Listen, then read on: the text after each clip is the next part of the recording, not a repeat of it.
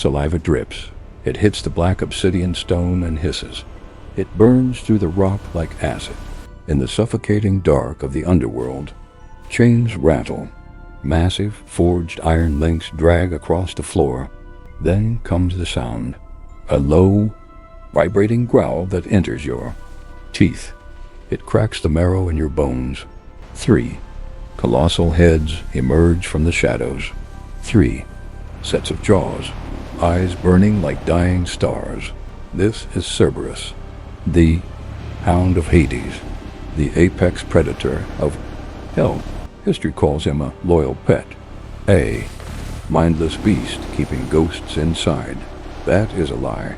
Cerberus was the victim of the oldest, most brutal hostage situation in mythic history. He was a prisoner of war, weaponized by a paranoid god, and subjected to psychological torture that fractured his mind into 3 separate nightmares. This is the unwritten crime file of the Underworld. The truth about how a prince of monsters was broken, brainwashed and forced to become the warden of a prison he could never leave.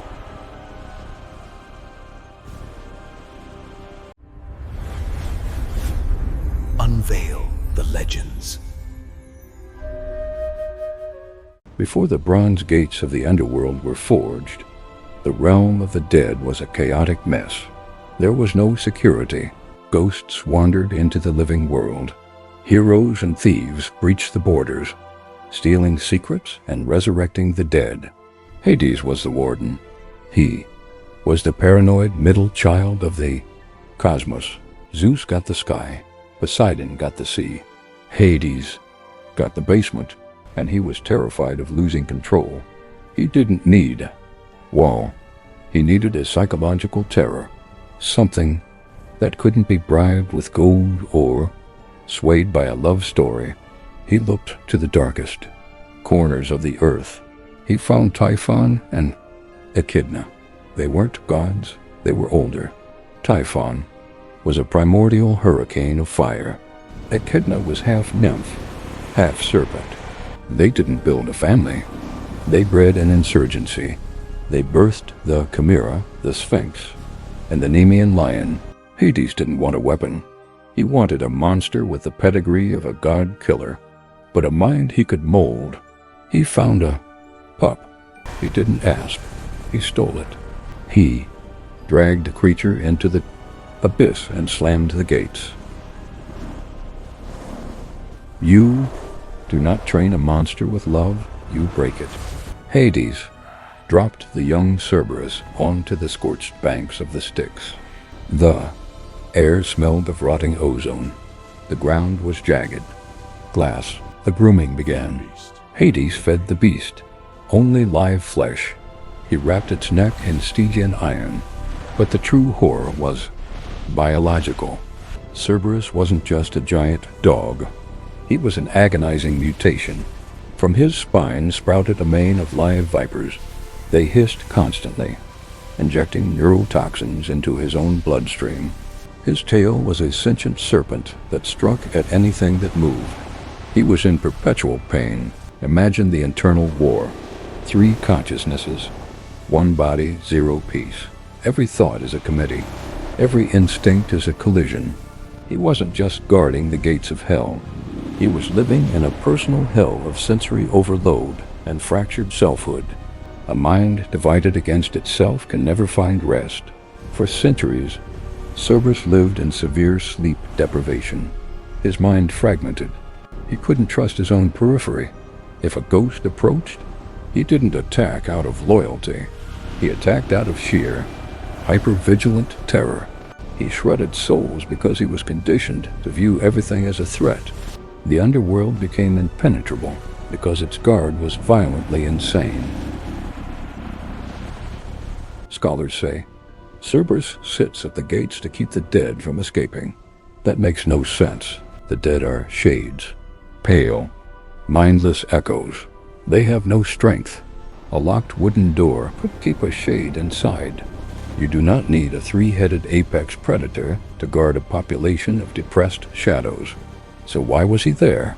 Flip the narrative. Cerberus wasn't facing inward. He was facing outward.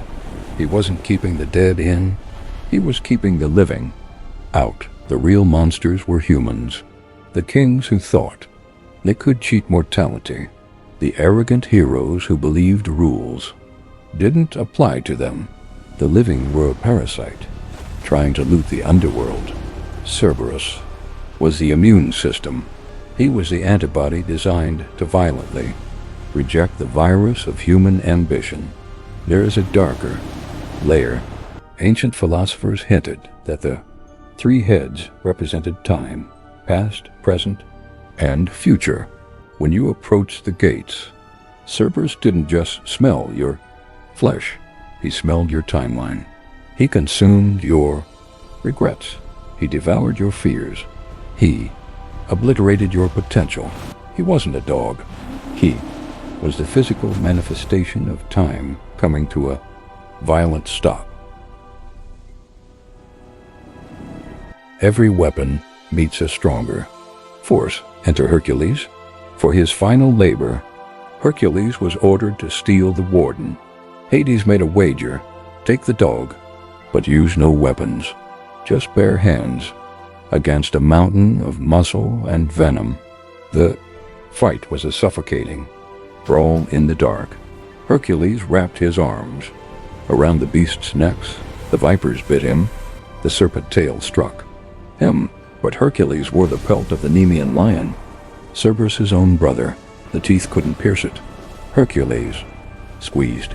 He cut off the oxygen to the three screaming heads. He choked the god killer until its eyes rolled back and its knees buckled.